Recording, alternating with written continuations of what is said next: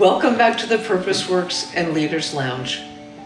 Onboarding, or some organizations now call it integration of culture, serves as a critical function because it fosters relationships, it increases clarity, and enhances new processes, and certainly drives innovation.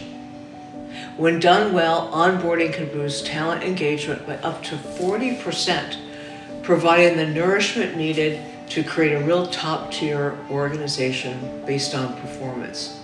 So why is onboarding often treated as a one-time event, something you do when you first join a company and then you never repeat it again?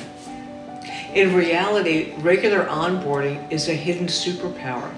When we take on a new role within an existing company or enter a new phase of work, onboarding would allow us to see the organization from a perspective that maybe you have lost.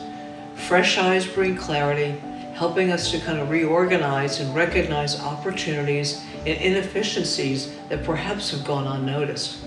As we enter the fall season, with just 4 months left to achieve the goals that we'd set out in the beginning of the year, when we find ourselves sort of needing to kind of stabilize them in this ongoing whirlwind of shifting priorities, we should apply the practice of a learning perspective and thinking about onboarding in a new way.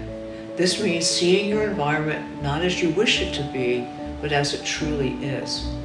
So take a moment, a week or more, approach your surroundings with a curious mind and respectively question the assumptions.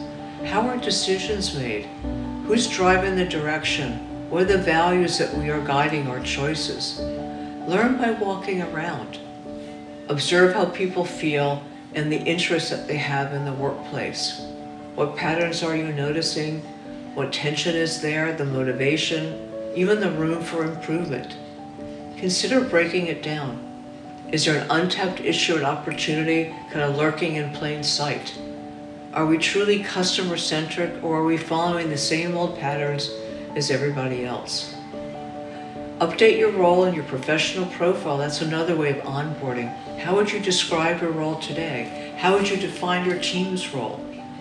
Update your bio, reflect your current objectives and strengths.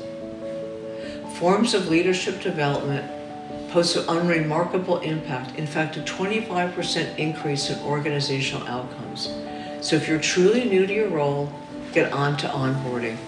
In fact, 50 to 70% of leaders fail within the first 18 months. So by employing one of these techniques, you can review your work with a reframed and a positive perspective, one that enables more informed decisions and impactful changes. The approach not only improves the quality of your work, but allows you to message more clearly, providing the way you want others to perceive you, creating alignment and connection. To make it real, think about what have you learned. Reflect on your observations and insights. What will you do differently?